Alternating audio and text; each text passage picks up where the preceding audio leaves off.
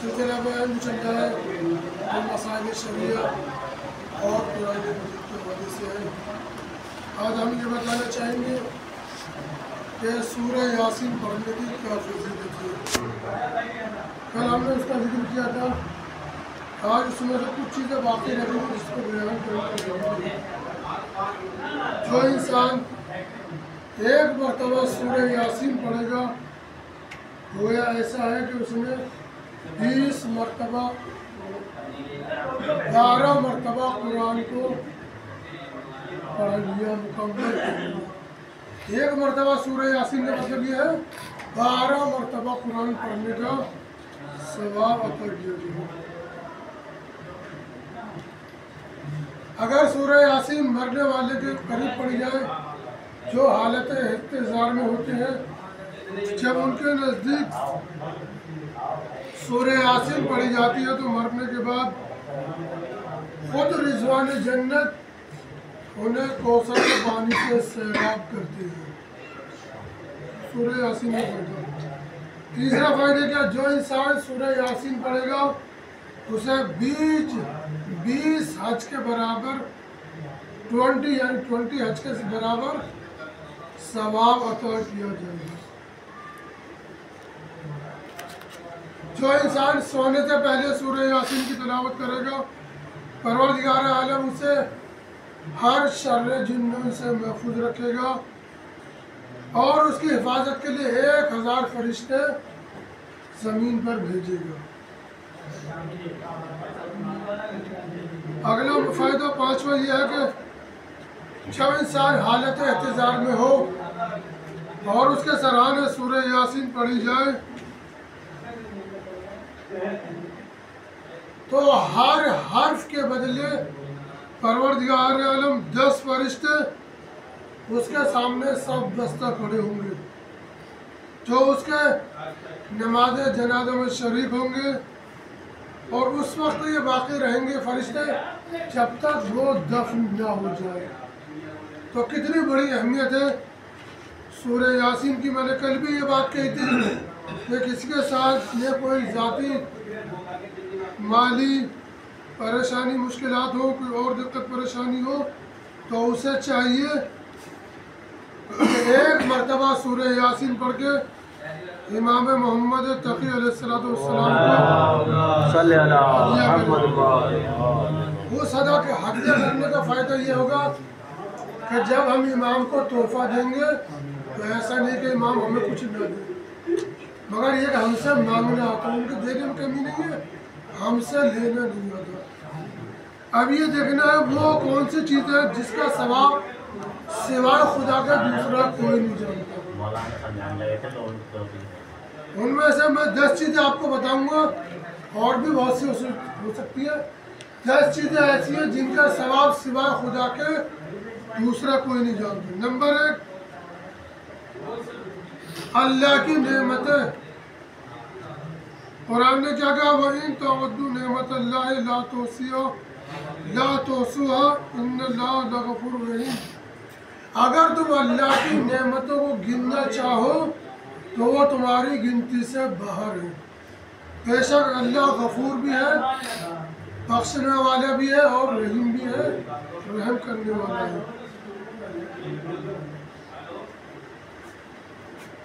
یعنی قرآن مجید کے عجائب کا شمار کرنا غیر ممکن ہے۔ قرآن کی جو حکمتیں ہیں، جو فلسفے ہیں، جو اس کی عمیق گہرائی ہے، وہاں تک پہنچنا انسان کے بس کی بات نہیں۔ کہنے کا مطلب یہ ہے کہ اللہ کی نعمتوں میں غور و فکر کیا جائے۔ ہم نے یہ سوچ لیا خالی نماز عبادت ہے، خالی روزہ عبادت ہے، یہ تو ہے۔ سب سے بڑی عبادت یہ کہ جو اللہ نے مخلوق کو پیدا کیا ہے اس کے اندر غور و فکر کیا جائے۔ اس نے چڑیا بنایا، اس کا گھونسلہ بنایا تو کس حکمت سے بنایا؟ اس نے ابابیل کو بنایا، اس نے مٹی سے اپنے رہنے کا مکان بنایا تو کس حکمت سے بنایا؟ اس نے نیم کے پیڑ میں نبولی لگائی تو کس حکمت سے لگائی؟ دل کے اندر بڑے بڑے تربوز لگائے، ساری اس کی حکمت ہے، ہم اس کی حکمت کو نہیں جان سکتے، لہذا یہ بہت ہے۔ ایک قرآن مجید، دوسرے خدا کی قدرت میں غور و فکر کرنا۔ نمبر 3 ان دو کا حساب ثواب ناممکن۔ نمبر 3 مولا علی کے فضائل کا ثواب گننا ممکن ہی نہیں ہے۔ حضرت علی کے فضائل اتنے ہیں کہ پوری کائنات کے جن و انس مل کر بھی لکھنا چاہیں اور سارے شجر قلم بن جائے، سمندر روشنائی بن جائے، لکھنے والے جن و انس اور ملائکہ ہو، تب بھی علی بن ابی طالب کے فضائل نہیں لکھ پائیں گے، اتنا ثواب ان کے حضرت علی کا ذکر کروں گا۔ نمبر 4 روزے دار کے روزے کا ثواب اتنا ہے کہ اللہ کے علاوہ کوئی دوسرا نہیں جانتا۔ شرط یہ ہے کہ روزہ اللہ کے لیے ہو، لوگوں میں عزت کمانے کے لیے، لوگوں سے تعریف کرانے کے لیے، لوگوں میں مقرب ہونے کے لیے روزہ نہ ہو، صرف رضا پروردگار کے لیے روزہ ہو تو اس کا اتنا ثواب ہے کہ اللہ کے علاوہ کوئی دوسرا نہیں جانتا۔ نمبر 6 الحمدللہ کما ہوا اہلو کہنا، یعنی میں تعریف کر رہا ہوں اللہ کی جس کا وہ اہل ہے۔ جب آپ یہ جملہ کہیں گے الحمدللہ کما ہوا اہلو، مجھے بھی دیکھتے ہوں گے کہ میں تشہد سے پہلے کہتا ہوں نا الحمدللہ کما ہوا اہلو، یعنی تعریف اس اللہ کی ہے جو اس کا اہل ہے۔ اس تعریف کا مطلب یہ اس کا اتنا ثواب ہے کہ اللہ کے علاوہ کوئی دوسرا نہیں جانتا۔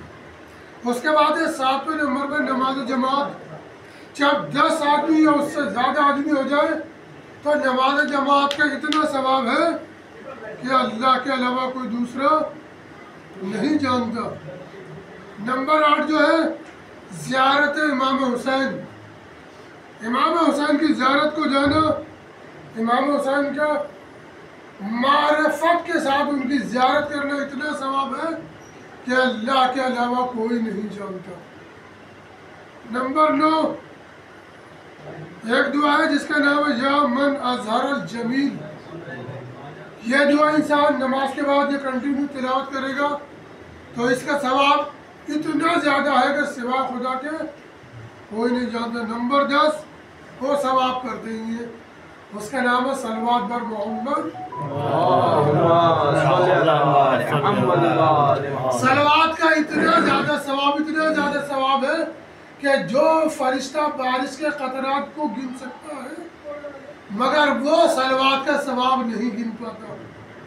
اب آپ اندازہ لگائیے کہ کتنے قطرے پہاڑ پہ گرے، کتنے زمین پہ گرے، کتنے سمندر میں گرے، کتنے خشکی میں گرے، کتنے تری میں گرے، فرشتہ سارا حساب لگا لے گا، لیکن محمد والے محمد پر صلوات کا اتنا ثواب ہے کہ اللہ کے علاوہ کوئی نہیں جانتا۔ لہٰذا 10 مراحل تھے، وہ سورہ یاسین میں پڑھ لیتا، یہ وہ ثواب جو اللہ کے علاوہ کوئی نہیں جانتا۔ لہٰذا اگر ہمارے پاس فرصت ہو تو بیکار کی ادھر ادھر کی باتیں کرنے سے بہتر ہے کہ محمد والے محمد پر صلوات وآخر دعوانا ان الحمدللہ رب العالمین۔ بسم اللہ الرحمن الرحیم، سبحان ربک رب العزت عما یصفون وسلام علی المرسلین والحمدللہ رب العالمین۔